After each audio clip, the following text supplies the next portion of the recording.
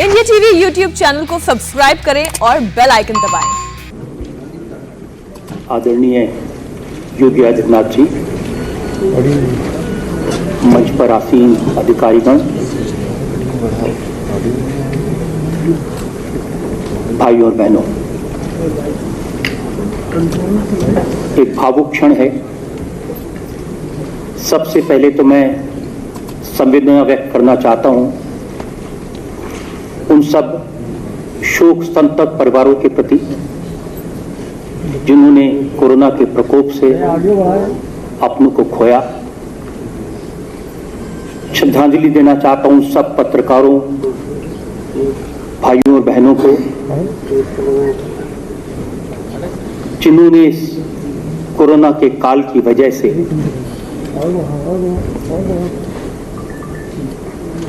अपनों से इतने दूर हो गए कि हम उन्हें कभी वापस नहीं ला पाएंगे।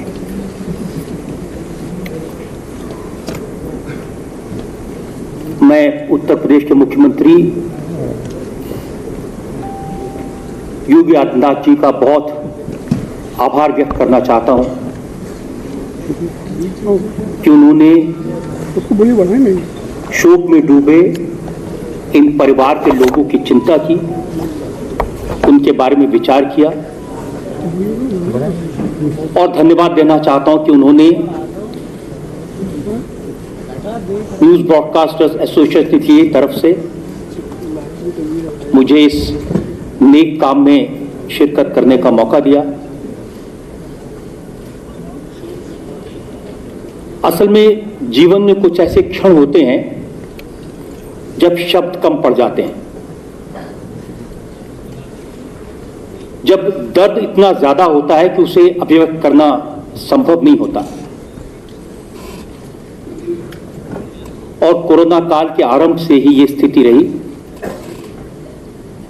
मुझे याद है जिस समय लॉकडाउन लगाया गया, सब लोग अपने घरों में बंद थे, लेकिन हमारे रिपोर्टर्स, हमारे कैमरा पर्सन्स, अखबारों से, ब्रॉडकास्ट मीडिया से, डिजिटल मीडिया से सब लोग सड़कों पर थे, लोगों को जागरूक करने के काम में लगे थे।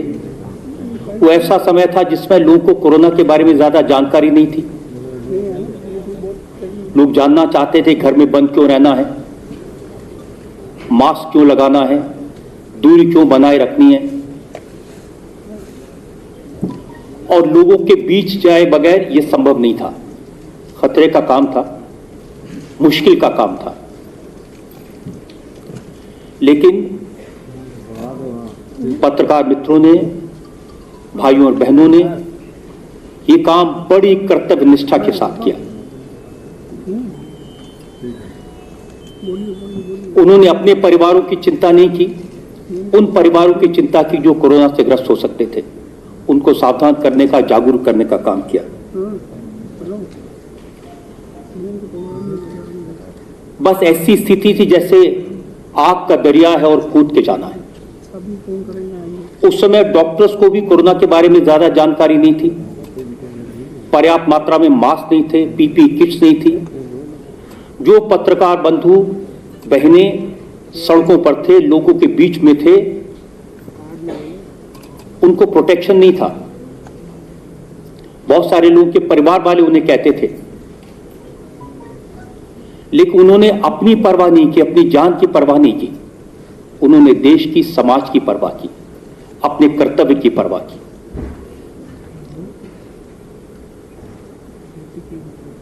आपको याद होगा कि जिस समय कोरोना का काल शुरू हुआ, एक स्टेज ऐसी आई जब लोगों ने लापरवाही करना शुरू किया, प्रोटोकॉल का पालन नहीं करते थे, बाजारों में भीड़ देखी, मंडियों में भीड़ देखी। उस समय भी हमारे रिपोर्टर्स, हमारे कैमरा पर्सन्स लोगों के बीच में गए।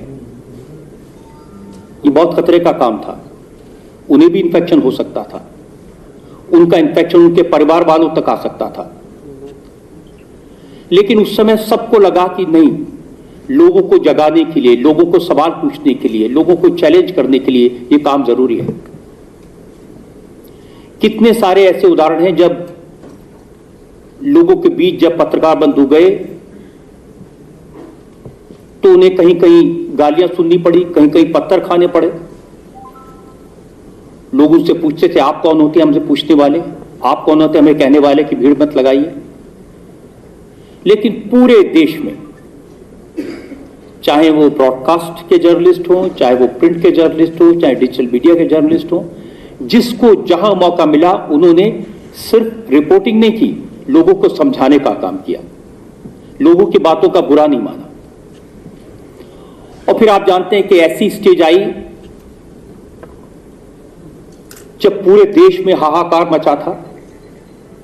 हॉस्पिटल में बेड्स की कमी थी, ऑक्सीजन की कमी थी, संख्या इतनी ज्यादा थी कि कोई भी व्यवस्था इतने सारे लोगों को हैंडल करने के लिए सक्षम नहीं थी। लेकिन तो भी जगह जगह प्रशासन ने, खासतौर में उत्तर प्रदेश का जिक्र करना चाहूंगा, जिस क्षमता के साथ, जिस शक्ति के साथ उस स्थिति को हैंडल किया, शायद जो नुकसान हुआ बहुत ज्यादा हो सकता था। लेकिन उस स्थिति में हमारे रिपोर्टर्स ने, कैमरा पर्सन्स ने लोगों के दुख को सरकारों तक पहुंचाया। क्या कमी थी, क्या तकलीफ थी, क्या परेशानी थी, उसको लोगों तक पहुंचाया। कई बार तो ऐसी स्थिति थी कि पत्रकारों को, रिपोर्टर्स को, कैमरा पर्सन्स को पीपी किट पहन के हॉस्पिटल में जाना पड़ा ताकि हॉस्पिटल के भीतर की क्या हालत है उसके बारे में लोगों को सही जानकारी दे सके। जो लोग कोरोना के मरीज से हॉस्पिटल के अंदर थे, परिवार वाले जा नहीं सकते थे।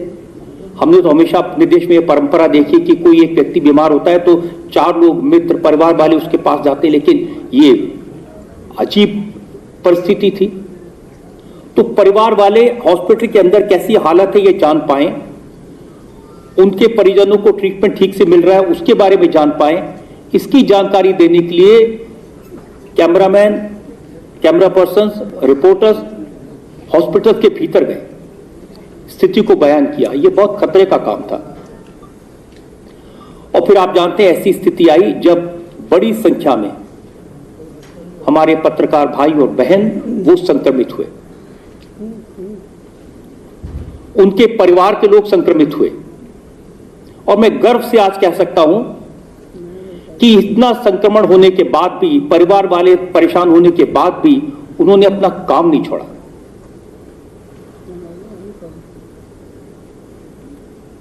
और इसी जद्दोजहद में, इसी कर्तव्य को पूरा करने में बहुत सारे हमारे भाइयों बहनों ने अपनी जान दी। और आज आप में से कुछ यहां हैं, मैं आप सबके साथ मिलकर पूरे देश में जो हमारे पत्रकार बंधु भाई हैं जिनके जीवन का नुकसान हुआ है, उनके प्रति संवेदना व्यक्त करना चाहता हूं। एक घटना मैं आपको बताना चाहता हूं कि कैसे परिस्थितियां बनती हैं, कैसे मदद मिलती है। जिस समय कोरोना की दूसरी लहर आई, प्रकोप बहुत ज्यादा था, जब एक एक करके हमारे पत्रकार साथी हॉस्पिटल में जाने लगे, घरों में आइसोलेशन में रहना पड़ा क्योंकि वो संक्रमित होने लगे थे, तो हमारी जो न्यूज ब्रॉडकास्टर एसोसिएशन है इसकी मीटिंग में ये कहा कि भाई किसी भी तरह से रिपोर्टर्स को, कैमरा पर्सन्स को जो फील्ड में जाते हैं उनको वैक्सीन दिलवानी चाहिए। उनका वैक्सीनेशन होगा तो ये सुरक्षा कवच की तरह काम करेगा, अपना काम बेहतर तरीके से कर सकेंगे और परिवार वालों का डर कम से कम निकलेगा। तो मैंने कई मुख्यमंत्रियों से बात की, एक मुख्यमंत्री जी को फोन किया, उन्होंने कहा कि अगर आप वैक्सीन दिलवा देंगे तो हम लगवा देंगे। दूसरों ने कहा कि अगर सिर्फ पत्रकारों को वैक्सीन लगवाएंगे तो बाकी लोग भी इसकी डिमांड करने लगेंगे। लेकिन एक मुख्यमंत्री ऐसे थे जिनको संडे का दिन था, मेरे मन में विचार था, मैंने उनको फोन किया और मैंने कहा कि हमारे पत्रकार, कैमरा पर्सन्स, रिपोर्टर्स, भाई बहन ये पब्लिक के बीच जाते हैं, अपना कर्तव्य पूरा करते हैं, उनका जीवन खतरे में है। उन्होंने 1 मिनट नहीं लगाया, मेरी बात पूरी भी नहीं हुई थी, उन्होंने कहा कि आप उनकी चिंता मत करिए, हम उनकी चिंता करेंगे, हम उनको वैक्सीनेशन दिलवाएंगे। वो मुख्यमंत्री योगी आदित्यनाथ थे।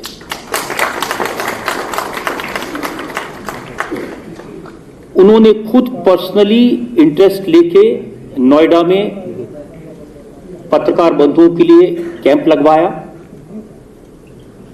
और बहुत स्मूथ ऑपरेशन था।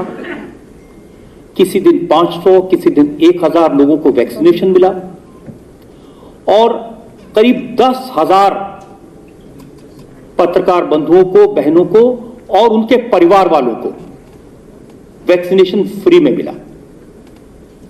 मैं इस सोच के लिए, इस मदद के लिए आज एनबीए की तरफ से, सारे पत्रकार जगत की तरफ से आपका बहुत बहुत आभार व्यक्त करता हूं।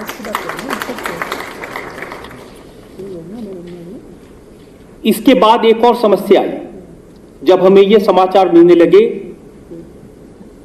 कि बहुत सारे पत्रकार बंधु, बहुत सारी बहनें अपना काम करते हुए ईश्वर के पास चले गए, उनके परिवार पीछे से अकेले रह गए। ज्यादातर लोग ऐसे थे, उनके परिवार उन्हीं पर डिपेंडेंट थे। आप जानते हैं कि जो पत्रकार है, जो जर्नलिस्ट है, वो एक धुरी होता है अपने पूरे परिवार की। मेरे मन में एक दिन ये विचार आया कि मैं योगी जी को फोन करूं, उनसे बात करूं कि क्या हम ऐसे लोगों की मदद कर सकते हैं। आप विश्वास नहीं करेंगे ये चमत्कार कैसे होता है। मैंने अपना फोन उठाया था फोन मिलाने के लिए, उससे पहले लखनऊ से फोन आया, नवदीप जी ने फोन किया, कहा मुख्यमंत्री जी बात करना चाहते हैं। और मुख्यमंत्री जी ने कहा कि हम जो ऐसे शोक संतप्त परिवार हैं उनको उत्तर प्रदेश सरकार की तरफ से 10-10 लाख रुपए देना चाहते हैं, मदद करना चाहते हैं। मुझे तो विश्वास ही नहीं हुआ, जो मैं सोच रहा था वो उन्होंने पहले कर दिया। मुझे लगता है ये कोई दैवी शक्ति है, भगवान की कृपा है।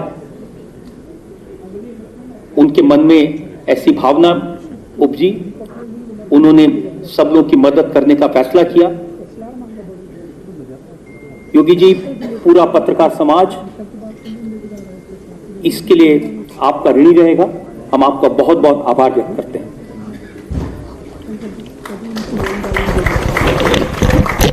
और मित्रों, जैसा बार बार कहा गया इस मंच से, ये 10 लाख रुपए की राशि सिर्फ एक सिंबल है, टोकन है, भावनाओं का, विश्वास का।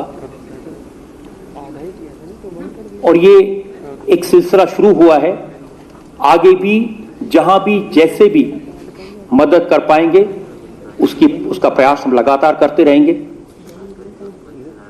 कोरोना अभी खत्म नहीं हुआ है, ये संकट टला नहीं है,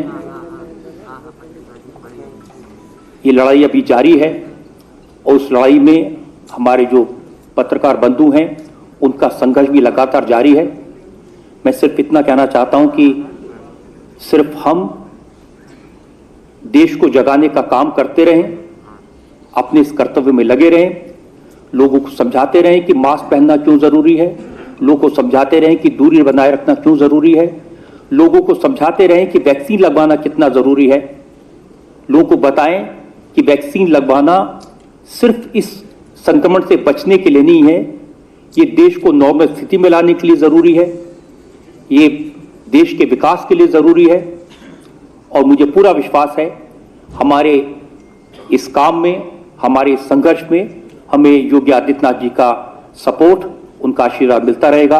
बहुत बहुत धन्यवाद। नमस्ते, मैं हूं मीनाक्षी जोशी।